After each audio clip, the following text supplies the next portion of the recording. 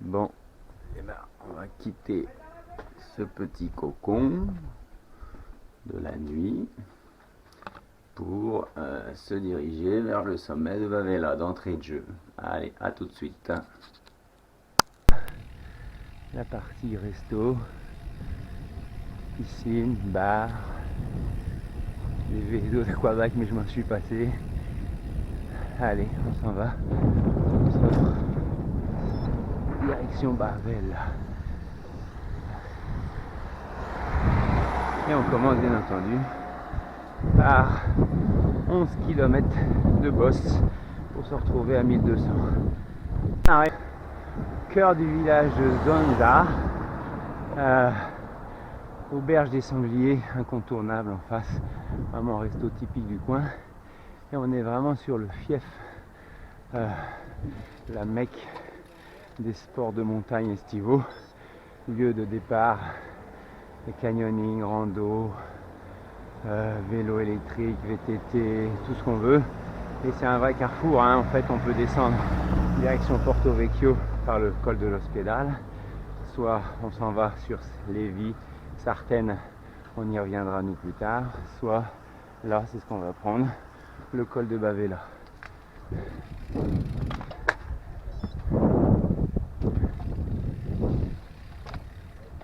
Allez, c'est parti pour 8-9 km.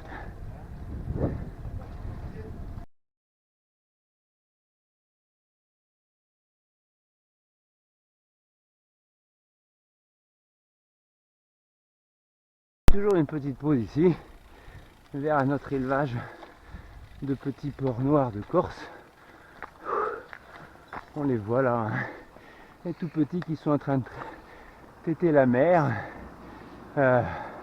On n'a pas parlé encore jusqu'à maintenant, mais c'est une très très bonne charcuterie qui finit forcément dans vos assiettes, hein. Voilà la tête de ces petits cochons sauvages, on va dire. Là ils sont en enclos, ils sont gentils, ça me plaît, ça me convient un peu mieux pour moi. Voilà, on les laisse déguster, ils viennent d'arriver dans le coin. Nous on va repartir, et c'est tout petit, tout marron. Ils se bataillent quand même, hein. Allez, c'est parti. Après, sur les étoiles de Bavela, au milieu des sapins, et en face, cette montagne quasiment nue, avec une vue très lointaine. On va la revoir un peu plus haut. Il y a encore un peu d'effort, mais j'ai pas de chance. On a vent de face. Là, je suis à l'abri, mais j'ai un vent de face qui va se dégager que je vais prendre sur le haut. Voilà. Là, c'est encore plus beau.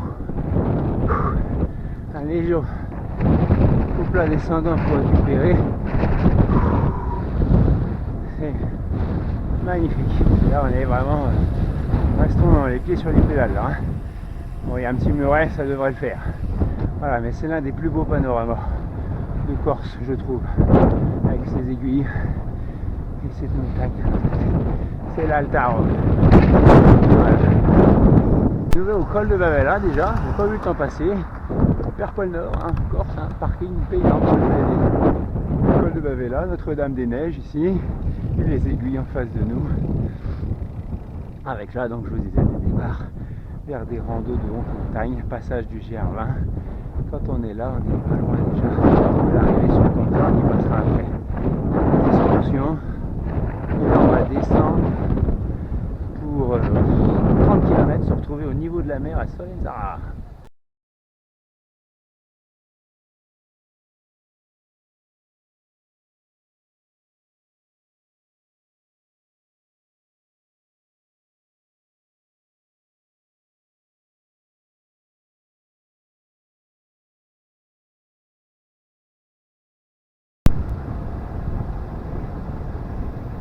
Les groupes qui partent en canyoning. C'est parti. Voilà, c'est les horaires de départ pour les beaux canyons. Belle journée.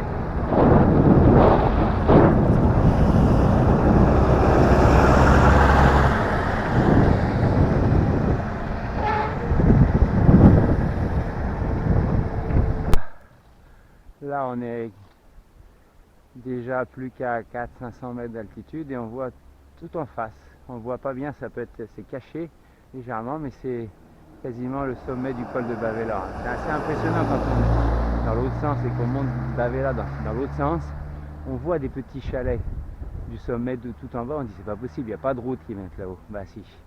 Bon allez, direction Solenzara et on va voir enfin la mer de très près et s'y baigner cet après-midi. Étonnant qu'il y ait autant d'eau, hein.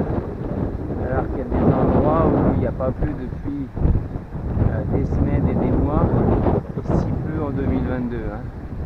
Mais là c'est plaisant, c'est agréable. Voilà. Allez, bise.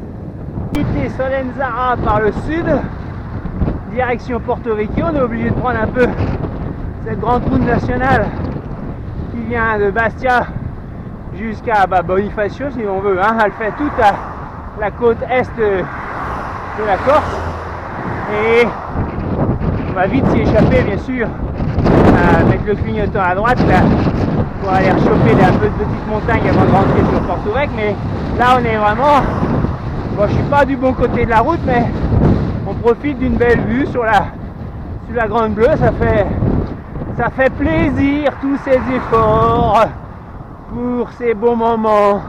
À tout de suite. Petit village côtier, pas les plus belles plages, mais déjà des couleurs de fond qui diffèrent, une belle vue. Puis là c'est l'heure d'abandonner la côte et on va tourner pour repartir dans les montagnes encore un peu. Alors on est retourné dans les terres, on a une petite vue mer par là-bas derrière et là on va se diriger là-haut vers Conca, l'arrivée du GR20. Hein. Mais il y a des coups de talus, des talus assez impressionnants. Hein. Il y a un tout petit peu de passage.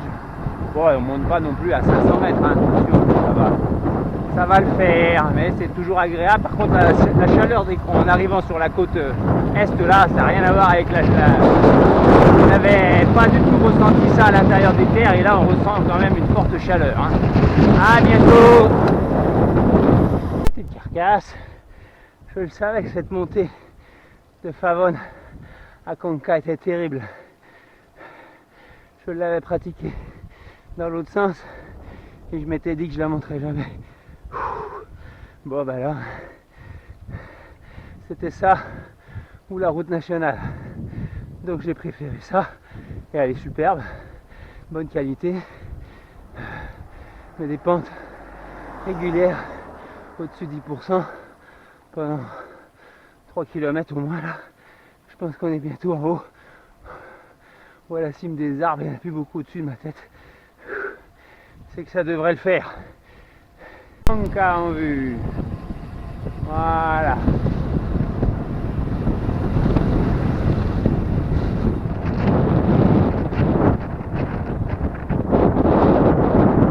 Je suis dans les montagnes, pas trop loin de la mer, avec bien sûr son traditionnel cimetière à l'extérieur de la ville et du village.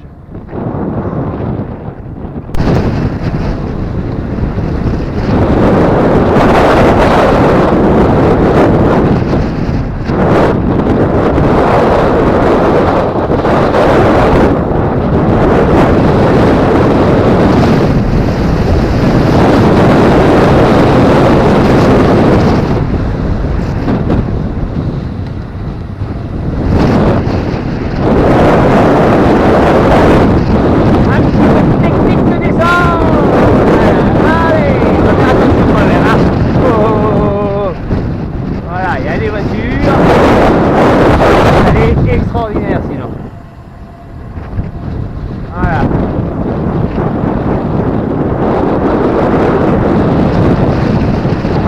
Et là, je suis superbe. Pareil en fait. Attention. On s'amuse comme des gamins. Bon, je vais arrêter là. À tout de suite. Ça doit être là, chez Marie-Jeanne. Elle n'a pas l'air d'être là, Marie-Jeanne.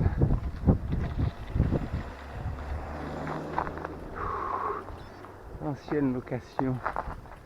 On est venu en 2015, je crois. Mais elle n'est pas là. Voilà, on arrive sur le golfe de Canario. Le bord, la tour des Oises en face. Nous on va aller en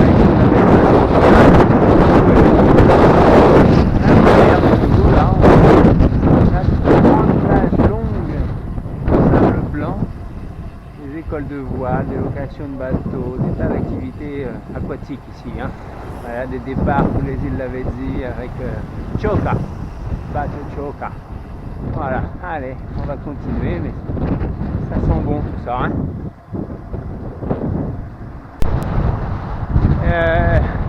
Et là, donc, quand on est sur la côte ouest, on a les prémices de la Alta Rocca. Ce qu'il faut savoir en Corse, c'est que je crois, si je ne me trompe pas, on a, compte tenu de l'étroitesse de l'île, on n'a jamais un endroit de l'île où on est à plus de 40 km d'une côte, quoi. Hein. Voilà. Par contre, à vol d'oiseau, hein. Par la route, c'est autre chose. Hein.